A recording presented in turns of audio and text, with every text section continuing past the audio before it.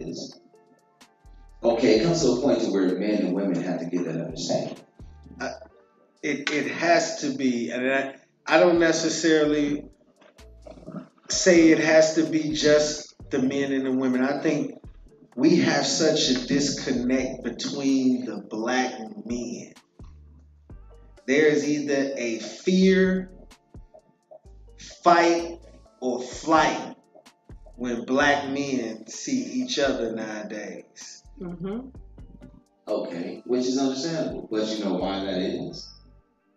It's because every black man has a wall. Every black man has a wall, but society has built that wall for them. So let me ask you, because you said something very interesting about when you went to the actual, I think it was the um, either tribute or the funeral, and you said you extended your hand Yes, to this man. yes, I did. What were you feeling? I mean, how could you said y'all first conversation was an altercation. Right, right. Now, having all of that, how could you extend your hand? What was in you? What decided what made you decide? What clicked inside of you to make you say, you know what? Let me extend my hand. Okay. Well, let's put it this way. I found myself in a position to where I have generated so much love and so much respect throughout various areas to a point to where on this type of level situation, if I said yes, you understand what I mean? Mhm. So I have to look at it this way. All the prayers that was given out for me, everyone, even the ones that did not know me, I felt their prayers for me to be strong. Mm-hmm. And it was a brother of mine, Trill, Dwight Young, you know what I'm saying? Before we went to that visual, he said to me, I know where you at with this situation, but you're bigger than that. It's not about what you feel towards them. It's about the going home of your daughter. And that's the point I'm kind of touching on, because I think sometimes we lose focus because of situations and circumstances, and the healing point for you. One of the hardest things that I went through when I told you my little brother passed away. Everybody wanted me to be mad at the killer. Mm-hmm. Everybody wanted me to be mad at the drunk driver. But I had to look in myself. How many times have I got on the road slapped? Mm-hmm. I just didn't kill nobody that I remember, that was reported. You know what I'm saying? I had to learn how to actually forgive. But you know what? I had to learn how to forgive. And that's why I'm asking you, what made you extend your hand, knowing that you have some, it seems like there is still some sort of animosity there. And trying to break that cycle of animosity, because you still have to realize you have another daughter that she's still refusing to let him see, though. But okay. That's some situations you cannot control. This is true. And you step back and you allow the Creator, them prayers and everything to take effect. So that's why I'm saying it has to be a time where you say, you know what? Fuck them adults. I gotta strategize, and I gotta plot, and I gotta think about my baby still being in the situation. Exactly. That's where my mind is. I mean, don't get me So wrong. have you and him ever had a conversation without her around? Okay, once again. No, I'm just no. Answer that question for me. No, we've never had a conversation Without her. That's what I'm saying. It's we was never, hey, my name is, and we Now, never had that one. Now, if you don't mind me asking, how old are you and how old is Mr. Brown? I'm 49. Okay. Mr. Brown is somewhere in his 30s. Okay. So there's an age gap there. It's a very big age gap. But okay, don't get me wrong. And the reason why I'm saying this is because his mother and his grandmother approached me. Exactly. So, mother. for them to understand that their child or grandchild was in the wrong and verbalize that fact, let me know, brother, what you doing? They don't approve because they didn't raise you like that. They did not raise you like that. This is some new age stuff that you done put on because of some little fantasy that your wife has put in your head when she knows the true facts. Either way it go, if you are a man and you have another man's child in your care, if you are a man, you are going to step to that other man and introduce yourself, and you're going to set a standard where you got to. That all depends on rearing, on how somebody else was raised, and the men that was in that other man's life as well too. Because some don't have the guidance, some, haven't been given, some haven't learned. It took me to my 5th child to learn how to be a father. You heard it. I'm not gonna lie to you. I had kids. Ski. I knew I needed to be a provider. Correct. I knew I needed to instill the right things. Mm-hmm. But I was still in that point where I'm trying not to be my daddy and not be around. But at the same time, I'm not around because I'm trying to be the provider. But she allowed you in your children's life, correct? It was a point where she did.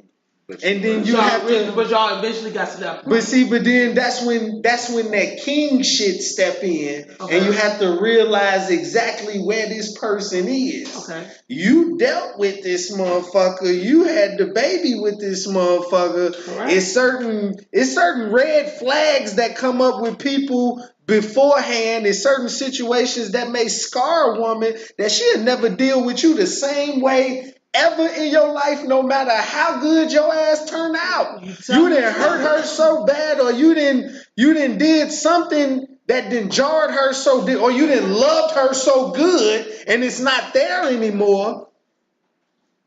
But and it's different ways. It's different houses of kings. I'm a Game of Thrones man. It's different ways fucking different kings run their castles. It's different ways kings run their, raise their seeds.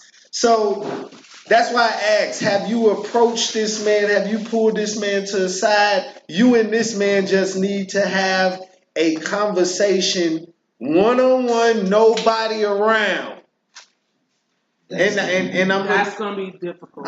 Say wait, okay. Look, the point is, with man, things are impossible, but with God, all things are possible. And for y'all to see and say all the prayers and all of this, I'm like Drake. I'm the type of nigga that pray for something and go get what I just asked for. On this side, that's the way to go. But on this situation, right here, I understand the pain. On this situation right here, I understand the pain, King. First off and first foremost, understand this. If another man's child has died in my care, my first step is to acknowledge that he not you. Exactly. He wasn't raised but the same at the way. same time, if that same man, or should I say, if I am the father and I come to your house and I extend my hand to you. But if I extend my hand to you and I embrace you in a hug, I have already took the locks off and opened the door for you to step through. And if you do not, that is not my fault. I understand that, but at the same time, if this woman around, he may not know how to keep the peace. And what kind of man is he if she got the control of how he is about what he needs to be? Can I say something? I'm not trying to judge either way. What I'm saying is, your man told you before when you was going to the tribute, be the bigger individual. And I've been that the entire time. So I've been there the entire time. I want to give you the mic because I don't want you to fucking rant and get all soft and shit. Because like, you ain't here to be all fucking soft, bro. Your man is here. You gonna interview the comedian. I can go pull up the episode of the AZMT show where you got off and you told everything. So, but also, y'all look here. Not only do we also have Dwight Bell here, we also have his niece, Tay, and she also wants to speak on it because again, she's been there for the birth of both kids. I completely understand that. I don't want to get so much into the family drama portion of it. Mm-hmm. What I want to get into is how to help this king heal and how to help this king build, because this king seed is still in the care of of this same individual in question. And it doesn't sound like this is going to change anytime soon. So, what I'm going to say is, I don't want to go too far into the family drama portion of it, but I'm appreciative that this man has given us his time. He's given us his story. I appreciate he's been very outspoken. He's been very uncomfortable in this seat to share of himself. And I applaud you for that, brother. I definitely applaud you for that. Here's what I want to do. This is what I want to do. I want to put together something, and I was talking to another individual that's here at our barbecue. I might bring them in for an interview. I don't want to bring up nobody's names until everything is set in stone. But since you are here and they are here at the same time, I want to put together an event for fathers to get together to bring these kids together. Shouts out to my man Timothy Sproul, Do Daddies. They're doing the thing where they bring the young men together and, just teach them how to be kings. But I want to do just something very simple where we just get out there and grill with the kids, play some kickball, and the fathers out there playing with the kids. Maybe the stepfathers come out there and have it to where we are bridging the connection, making that connection from stepfathers and fathers dealing. Let me ask you a question. No mamas, right? Do you think there's a difference between a stepfather and a father? Yes. There's